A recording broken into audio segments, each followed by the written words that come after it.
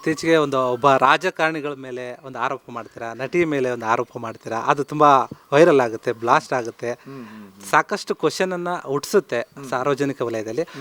ತುಂಬಾ ಜನ ಕೂಡ ಕೆಲವರು ನಿಮ್ಮ ವಿರೋಧವಾಗಿ ಕೂಡ ಕಾಮೆಂಟ್ ಮಾಡ್ತಾರೆ. ಈ ಒಂದು ಆರೋಪಗಳಿಗೆ ನೀವೇನು ಹೇಳ್ತೀರಾ? ನೋಡಿ, ನಮ್ಮ ಸ್ಯಾಂಡಲ್ವುಡ್ನಲ್ಲಿ ಸರ್ಕಾರ ಒಂದು ಕಮಿಟಿ ಮಾಡಿದೆ, ಏನೋ ಸೆಕ್ಷುವಲ್ ಹರಾಸ್ಮೆಂಟ್ ಕಮಿಟಿಗೆ ಒಂದು ಕಮಿಟಿ ಫಾರ್ಮ್ ಮಾಡಿದೆ ಸರ್. ಅದನ್ನು ಆ್ಯಕ್ಟಿವೇಟ್ ಮಾಡೋಕ್ಕೆ ಪ್ರೊಡ್ಯೂಸರ್ಗಳು, ಡೈರೆಕ್ಟರ್ಗಳು ಅವರು ಇವರು ಬಿಡ್ತಾ ಇಲ್ಲ ಅದನ್ನು. ಸರ್, ನನ್ನ ಆರೋಪ ಸುಳ್ಳಾದಾದರೆ ಅಲ್ಲಿ ಕಮಿಟಿನ ಆ್ಯಕ್ಟಿವೇಟ್ ಮಾಡೋಕ್ಕೆ ಯಾಕೆ ಬಿಡ್ತಾಯಿಲ್ಲ ಇವರು? ಸರ್ಕಾರ ಮಾಡಿರೋ ಕಮಿಟಿ ಬೇಡ ಅಂತಾರಂತೆ. ಯಾಕೆ ಆ ಥರ? ಆಗ ನಾನು ಹೇಳೋದು ಸುಳ್ಳಾಗಿದ್ದರೆ ಅಲ್ಲಿ ಕಮಿಟಿನ ಅಲ್ಲಿ ಆ್ಯಕ್ಟಿವೇಟ್ ಮಾಡಿ, ಆಲ್ರೆಡಿ 4 ತಿಂಗಳಾಗಿದೆ ಕಮಿಟಿ ಫಾರ್ಮ್ ಮಾಡಿ, ಇದುವರೆಗೂ ಅದನ್ನು ಆ್ಯಕ್ಟಿವೇಟ್ ಮಾಡೋಕ್ಕೆ ಬಿಡ್ತಾ ಇಲ್ಲ. ಸರ್, ಯಾಕೆ ಈ ಥರ? ಈಗ ನಾನು ಹೇಳಿದೆ ಮೀಟ್ರ್ ಬಡ್ಡಿ ನಡೀತದೆ ಅಂತ. ಮೀಟ್ರ್ ಬಡ್ಡಿ ನಡೀತಾ ಇದೆ, ಯಾರಿಲ್ಲ ಅಂತಾರೆ. ಬೇಕಾದ್ರೆ ನಿದರ್ಶನ ಮತ್ತು ದಾಖಲೆ ಕೊಡ್ತೀವಿ. ಜೀರ್ಣ ಮಾಡ್ಕೊಳೋ ಕೆಪಾಸಿಟಿ ಇದೆಯಾ? ಹೆಣ್ಣು ಮಕ್ಕಳನ್ನ ಮಂಚು ಕರ್ಕೊಂಬಂದು ಮಜಾ ಮಾಡಿ ಹೀರೋಯಿನ್ ಮಾಡೋವಂಥ ಸಂಪ್ರದಾಯಗಳಿದೆ. ಏನು ಅವ್ರೇನು ದೇವದಾಸಿ? ದೇವದಾಸಿ ಸಂಪ್ರದಾಯನೂ ಕೂಡ ನಾನು ವಿರೋಧ ಮಾಡ್ತೀನಿ.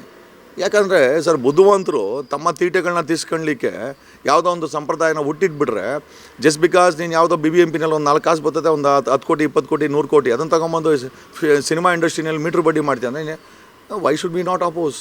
ಯಾವುದೋ ಒಂದು ಹೆಣ್ಮಗಳು ಹೀರೋಯಿನ್ ಆಗಬೇಕು ಅಂತ ಕನ್ಸು ಕಾಣ್ತಾಳೆ, ಮೇಕಪ್ಪಲ್ಲಿ ನಿಂತ್ಕೊಂಡಾಗ, ಕಣ್ಣಿನ ಮುಂದೆ ನಿಂತ್ಕೊಂಡಾಗ, yes I have every capacity to become like Aishwarya Rai ಅಂತ ಆಕೆ ಮನ್ಸಿಗೆ ಬಂದಾಗ, ಆಕೆ ಬಂದು ಚಾನ್ಸ್ ಕೇಳೋದನೋ ಅಥವಾ ಇದನ್ನು ಕೆಲಸ ಮಾಡಬೇಕು ಅಂದಾಗ, ಮಾಮ ನೀನು ಫಸ್ಟು ಮಂಚದಲ್ಲಿ ಮಲ್ಕೊ, ನಾವೆಲ್ಲ ಮಜಾ ಮಾಡ್ತೀವಿ, ಆಮೇಲೆ ನೀನು ಹೀರೋಯಿನ್ ಮಾಡ್ತೀವಿ ಅಂದರೆ ಯಾವ ಸಂಪ್ರದಾಯ ಸರ್ ಇದು? ಯಾಕೆ ನಿಲ್ಲಿಸ್ಬಾರ್ದು ಇದನ್ನೆಲ್ಲ? ಆಮೇಲೆ ಇದೆಲ್ಲ ಸುಳ್ಳಾದರೆ ನಾನು ನಿಜ ಹೇಳಿಸ್ರೆ ಇವರು ತಡ್ಕೊತಾರೆ, ಇವರೆಲ್ಲ ಸಾಲ ಜೈಲ್ಗೆ ಹೋಗ್ಬಿಡ್ತಾರೆ. ಸೊ ಹಾಗಾಗಿ ನಿಜವಾಗ್ಲೂ ನನಗೆ ನೆಗೆಟಿವ್ ಆಗಿ ಹೇಳೋವಂಥವರು ದಾಖಲೆ ಇಟ್ಕೊಂಡು ಮಾತಾಡಲಿ. ನನ್ನ ಹತ್ರ ದಾಖಲೆ ಇದೆ, ನಾನು ಯಾವುದೇ ದಾಖಲೆ ಇಲ್ಲದ್ರೆ ನಾನು ಮಾತಾಡೋಕ್ಕೆ ಹೋಗಲ್ಲ. ಈ ಸಂಪ್ರದಾಯ ಸುಳ್ಳು ಅಂತ ಹೇಳಿ ನೋಡೋಣ. ಮೇಡಮ್ ರಚಿತರಾಮ್ ಅವ್ರು ಹೇಳ್ತಾಯಿದ್ರು, ಅವ್ರನ್ನೇ ಕೇಳಿ ಪ್ರಶ್ನೆ, ಈ ಸಂಪ್ರದಾಯ ಇದೆಯೇ ಇಲ್ಲ ಅಂತ ಅವ್ರನ್ನೇ ಕೇಳಿ.